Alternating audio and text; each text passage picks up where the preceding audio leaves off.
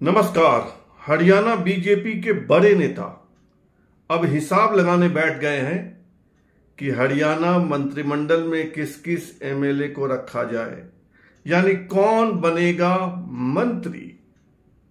वैसे पहले खास बात जान लीजिए, वह यह कि मंत्रिमंडल में अधिकतर या कहिए कि 90% नए चेहरे होंगे।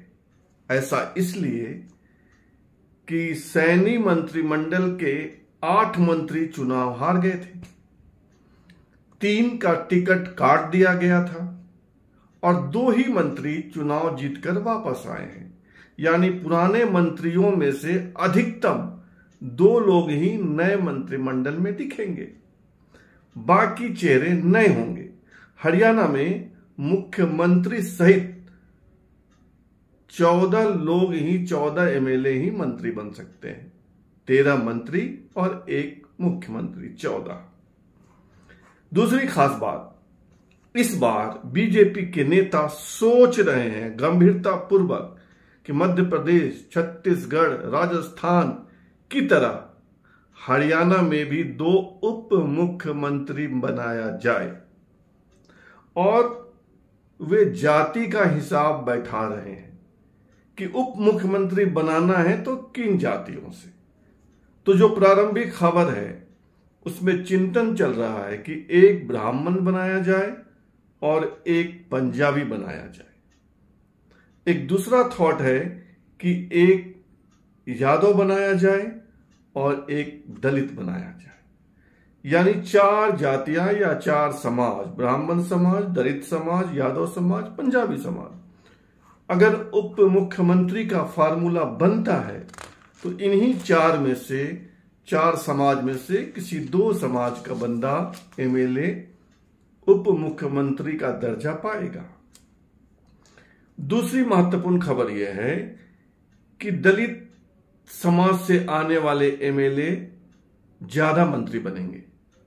सैनी की सरकार में इस समाज के 2 मंत्री थे और बीजेपी के लोग इस बार चिंतन कर रहे हैं कि कोटा बढ़ाकर 3 कर दिया जाए। महत्वपूर्ण खबर यह भी है कि इस बार ब्राह्मण, गुर्जर, राजपूत, पंजाबी, यादव यह समाज पूरी तरह बीजेपी पर लट्टू था, यानी भर भर कर वोट डाले हैं। तो रिटर्न गिफ्ट के रूप में इन समाज को अधिकतम प्रतिनिधित्व दिया जाए। अब वे कैसा गणित बैठाते हैं यह उन पर निर्भर है। तो यही 3 खास बात थी, 2 डिप्टी सीएम और इन समाजों को अधिकतम प्रतिनिधित्व।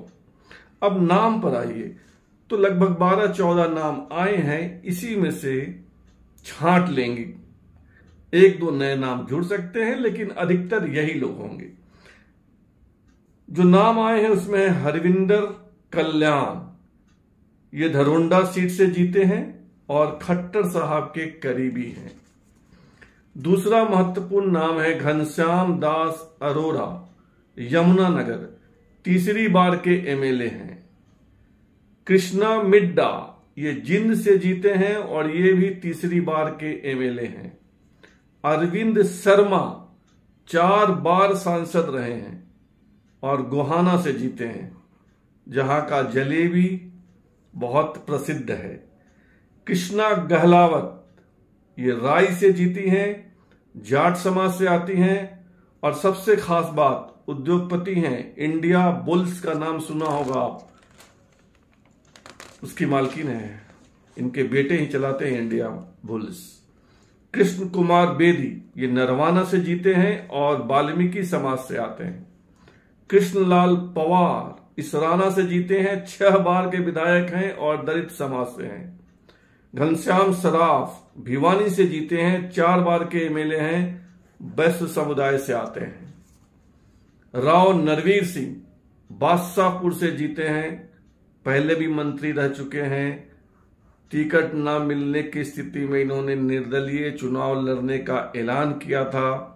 उसके बाद अमित शाह ने इनको दिल्ली बुलाया, समझाया और टिकट भी दिया।